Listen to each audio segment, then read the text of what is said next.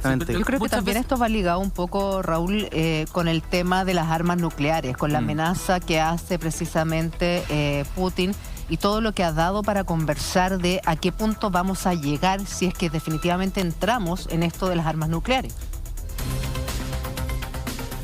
Sí, a mí me parece absolutamente irresponsable de parte de Vladimir Putin haber sacado a colación el arsenal nuclear ruso. Todo el mundo sabe que tiene armas nucleares, se sabe que tiene cerca de casi 1000 cabezas nucleares y por lo tanto no era necesario recordarlo. Estados Unidos lo tiene muy presente, Europa, la Unión Europea también. Es simplemente un fanfarroneo, algo destinado ante todo a su propia opinión pública, pero siempre se ha planteado que lo responsable es, primero, tratar de desmantelar completamente los arsenales nucleares. Pero si no se hace eso, tener las armas nucleares como armas de última instancia, absolutamente de última instancia, y estar fanfarroneando y decir, bueno, nosotros tenemos armas nucleares, cuidado, y la serie, y esto ya lo ha planteado en 3 o 4 oportunidades en las últimas semanas, no aporta nada y es irresponsable. Don Raúl, en este sentido, de verdad no tenía conocimiento. En la Unión Europea hay países que se declaran como zonas sin capacidad atómica o nuclear y otras que sí, básicamente países que poseen capacidad de tener bombas nucleares o no. Bielorrusia acaba de anunciar el cambio de su estatus a un país que sí va a tener capacidad atómica o nuclear, porque entiendo que Rusia va a posicionar ojivas nucleares en territorio bielorruso. Acaban de hacer este anuncio a la comunidad europea. ¿Es válido eso? ¿Esa información es cierta? ¿Es cierto esto de los países con capacidad nuclear que están modificando para tal vez hacer un poco de alarde de la potencia y la fuerza de que tienen? Absolutamente lo desconocía, don Raúl. Bueno, hay 2 países en Europa que tienen capacidad nuclear propia. Me refiero a Europa Occidental, y esa es Francia y Gran Bretaña. Cada uno de estos países tiene su arsenal nuclear. A Alemania le fue vedado tener armas nucleares después de la Segunda Guerra Mundial y nunca llegó a tenerla porque los intentos del nazismo por desarrollar un arma atómica fueron fracasados. Es decir, estaban muy lejos de lograr un arma atómica. Lo sé porque estuve entrevistando a científicos que estuvieron vinculados a ese programa, y ellos mismos reconocieron de que caminaban por una senda equivocada, nunca habrían logrado desarrollar esa arma atómica. Pero eso es una historia ya pasada. Sí.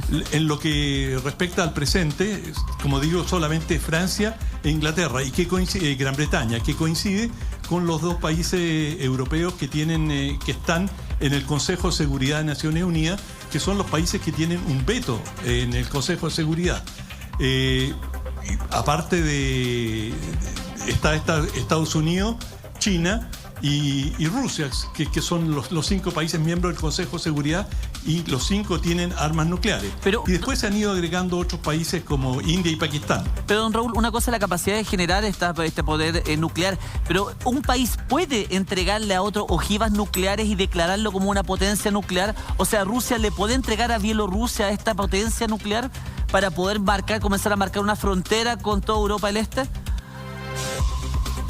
No, digámoslo, por ejemplo, Estados Unidos estacionó armas con capacidad nuclear en Alemania, en Alemania Occidental en aquel entonces, en el periodo de la Guerra Fría, de manera que sí, o sea, un país, si llega a un acuerdo con otro, puede estacionar sus armas en ese país siempre que tenga la autorización, pero eso no significa que se las cede. Claro. Ucrania tenía armas nucleares hasta que venían de la Unión Soviética. Claro. Y finalmente Ucrania decidió renunciar voluntariamente a esas armas. Raúl, el problema del nuclear, del ítem nuclear, es que cuando se nombra, cuando se pone sobre la mesa, el mundo completo es como si se paralizase. O sea, toda la gente, el común de las personas, nos dicen, Rusia pone la carta nuclear sobre la mesa y esto comienza a ponerse color de hormiga. Es muy, muy, muy complejo. Uno ha crecido con la idea de que si las grandes potencias comienzan se atacan con armas nucleares, el planeta simplemente se acaba. Entonces uno podría decir, chuta, ¿hasta dónde puede llegar esta crisis? Y si pudiésemos establecer una especie de guerra de trincheras en lo comunicacional, parece ser que Rusia avanza y avanza y avanza en la trinchera comunicacional sin que nadie le ponga fin. Ahora, lo que ha planteado el ministro de Exteriores de Rusia, Sergei Lavrov, es que Estados Unidos retire de Europa su arsenal nuclear. Ya es hora, dijo Sergei Lavrov, quien matizó que dice ya va siendo hora, al tiempo que calificó de inaceptable la presencia de armas norteamericanas en Europa. ¿Qué análisis haces tú de aquello? ¿Qué pasa con esta guerra de trincheras comunicacional? Rusia habla de guerras de armas nucleares y luego dice, y Estados Unidos que saque las suyas de Europa. ¿Qué piensas tú de esto? Bueno, es poner más temas sobre la mesa, que finalmente cuando se hagan negociaciones, tú tienes una cantidad de demandas, de exigencias a tu contrincante, y bueno, empieza a decir, bueno, yo saco las armas nucleares si tú haces tal cosa, yo retiro mis tropas si tú haces tal otra, y así sucesivamente. Por lo tanto, lo que se está generando es la agenda de negociación para cuando este conflicto llegue a un punto en que sea necesario sentarse a negociar. De hecho, ya lo están intentando. Y Rusia está ampliando sus demandas, sabiendo que además Europa le ha estado aplicando una serie de sanciones, claro, y Rusia va a usar estos elementos para forzar a Europa y a otros a que le levanten las sanciones. Entonces Rusia va a decir, si me levantan las sanciones, yo estoy dispuesto a bajarme con la demanda de las armas nucleares de Estados Unidos, y así sucesivamente.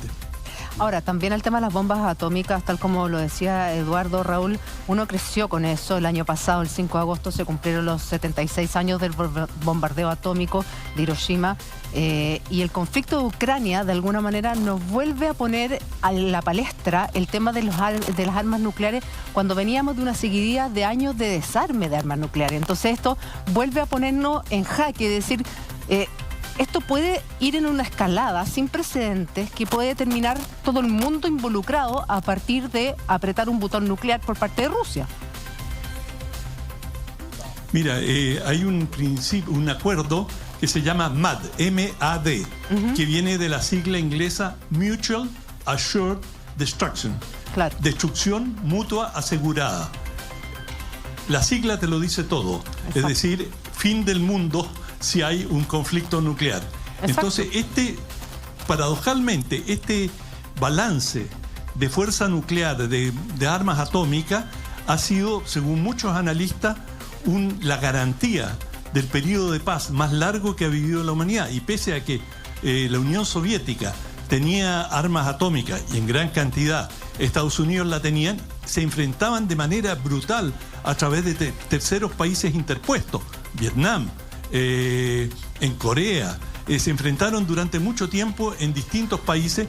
Después tuvieron la crisis de Cuba, y sin embargo ninguno de estas superpotencias llegó a utilizarla. Hubieron varias guerras en el Medio Oriente donde habían intereses muy importantes y no se utilizaron. Por lo tanto, el principio de la destrucción mutua asegurada, con todo lo horroroso que tiene, digamos, de que hay esa capacidad de destruir el planeta por completo, no fue realizado, no fue ejecutado.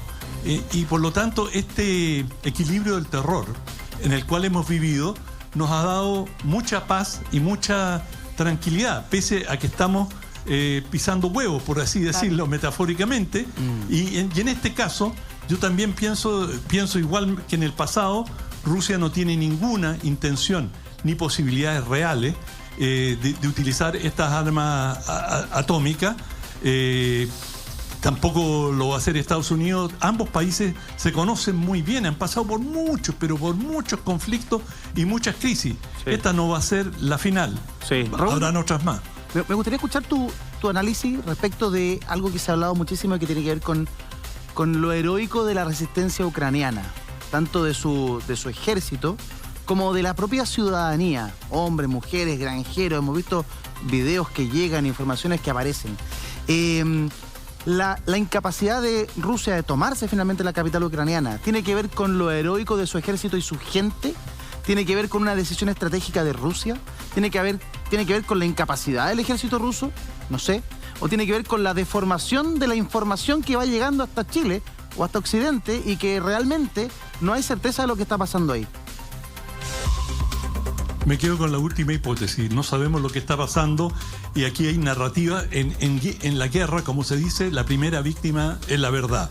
Y en Occidente existe un interés enorme por levantar el pelo, por así decirlo, de la resistencia ucraniana, de la incapacidad rusa. Es decir, estamos en una guerra y hay una de las armas de la guerra es la propaganda y Occidente tiene interés en mostrar una Rusia caduca, un dictador aislado que no sabe, se metió en una aventura sin saber cuál es el final y se encuentra con un pueblo lleno de coraje, decidido, que David está derrotando a Goliat una vez más y es la historia que mucha gente quiere escuchar en Occidente y no digo que no sea así, pero ojo, no tenemos por qué aceptar esa versión de buena a menos primera que tengamos evidencia de que es así.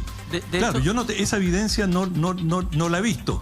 Por lo tanto, no sabemos, no me queda claro lo que está ocurriendo. Lo que sí tengo claro es que, por ejemplo, el hecho que Rusia no haya penetrado, no haya tratado de entrar a las ciudades me parece lógico, porque Rusia va a tratar de evitar a cualquier precio entrar a las grandes ciudades. Eso es un infierno para los ejércitos regulares. Se hacen absolutamente vulnerables. Estar circulando con vehículos blindados por calles relativamente estrechas es invitar a que les tiendan trampa. De manera que lo que yo presumo que va a hacer Rusia es cercar las ciudades, cercar Kiev y ahí también compra un pleito grande porque la historia va a cambiar. Ya no va a ser la historia de la resistencia del pueblo, sino que el sufrimiento que va a tener, y va a ser efectivo, el sufrimiento del pueblo ucraniano. Va a empezar a escasear la comida, van a empezar a salir si hay un cerco y el cerco se prolonga, los niños que no tienen alimentación, el desgarro de los padres por tratar de esconder a sus hijos para que no estén expuestos. En fin, van a empezar a surgir una serie de consideraciones humanitarias que por supuesto son decisivas a la hora de influir la opinión pública a nivel mundial.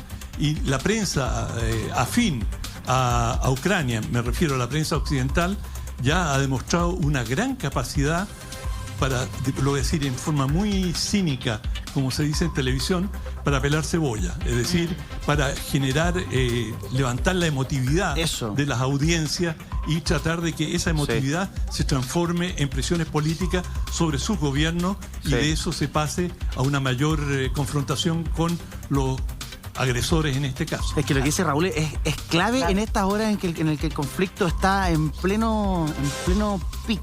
Porque la información que llega, los videos que llegan son impresionantes. Y depende de la narrativa con que se cuenten, pueden favorecer a un sector o al otro. Por ejemplo, Raúl, el video de un supuesto helicóptero ruso abatido por supuestas fuerzas ucranianas. Mira, ahí está la imagen que recorre Occidente hoy. Una serie de helicópteros rusos supuestamente que van por Kiev, en la cercanía de Kiev, y son fuerzas ucranianas que lo derriban con el jolgorio, ahí cayó, ahí le disparan, cae, y se escucha en el video cómo celebran este triunfo bélico en la defensa de Ucrania. Pero hemos visto situaciones igual de impresionantes en días anteriores que con el paso de las horas y de los días terminan siendo una cosa completamente distinta de lo que se nos planteó en un comienzo. Entonces uno dice, chuta, efectivamente esto es como se está conociendo. Veamos el registro con audio y todo y lo conversamos con Raúl.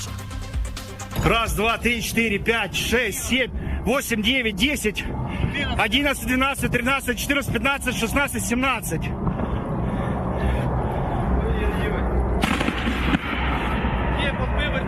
Есть! Есть, блядь! Два! Уёбок нахуй! Сбили, сука! Celebra, evidentemente celebra, pero no tengo idea de lo que dice.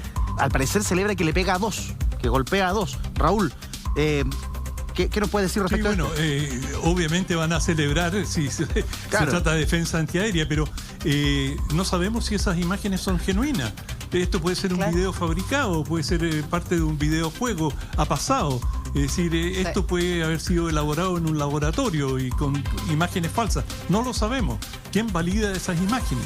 Claro, Por lo es que- tanto, tenemos la obligación, y ahí, los que perdón, estamos cubriendo el conflicto. Y ahí, Raúl, digamos, perdón que te interrumpa un periodísticamente, segundo. Lo que pasa es que, ¿Sí? por ejemplo, aparece Sí, sí. En los medios más importantes del mundo occidental.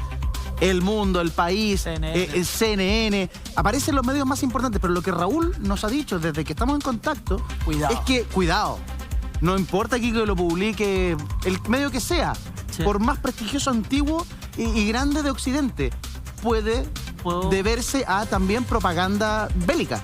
O sea, don Raúl, de hecho, yo creo que mucha gente ha hablado de la resistencia heroica del pueblo ucraniano, que imagino que ha sido así, pero también en guerras como Irak, Afganistán, tienen que haber habido peleas heroicas y tremendamente de resistencia por parte de la gente, pero que no se han masificado como se han masificado en esta guerra digital, donde todas las personas con un celular han ido transmitiendo algunas proezas supuestamente heroicas. El famoso fantasma de Kiev, que era un avión que había derribado 6 MiG rusos o 10 MiG rusos, después de toda la resistencia que llevan 3.000 tanques rusos derribados. O sea, la verdad es que resulta poco creíble, porque si usted ve esa fila y pensando que esa imagen es verdadera, vienen 20 helicópteros, logran derribar uno. La real potencia o la real capacidad de neutralizar o de defensa que está teniendo Ucrania es muy baja. Entonces, pensar que la defensa ucraniana realmente está logrando algo de poder parar al ejército ruso es que realmente es un poco impensado. Porque la realidad es que lo superan 10-1. Y aunque derriben un helicóptero y todos aplauden esa imagen, que obviamente nos genera una empatía con Occidente, aún así no creo que refleje la realidad de lo que está haciendo la guerra realmente, porque los otros 9 helicópteros van a descargar todo su poder bélico en alguna parte de Ucrania. Y seguramente la cantidad de bajas y de daño que generan al ejército ucraniano es mucho mayor de lo que nosotros estamos viendo y de lo que se está transmitiendo a Occidente por los medios de comunicación occidentales. No sé si estaría muy loco en eso, don Raúl. No, lo que te quiero decir es que, por ejemplo, han habido otras resistencias antioccidentales en Irak, por ejemplo, en Siria, y no tenemos imágenes. Claro. Los medios occidentales no transmitían las imágenes de la heroica resistencia iraquí contra Estados Unidos, porque no había interés en hacerlo, y los mismos medios occidentales no lo transmitían. Vuelvo a la afirmación primera: no hay nada más parcial que la guerra, y cada bando va a presentar el cuadro que más le conviene. Y en este caso es perfectamente posible que hayan derribado un helicóptero. Yo no estoy en ninguna condición de decir de que no ocurrió. Por ejemplo, a uno le llama la atención que en general todos estos, los helicópteros y mucho del armamento aéreo tiene medidas de protección, es decir, pueden lanzar bengalas y pueden lanzar una serie de elementos que desvían los disparos. En las imágenes que he visto eso no ocurre. En fin, depende del armamento que estén usando. Hay una serie de factores y no me gustaría pronunciarme en un sentido o en otro.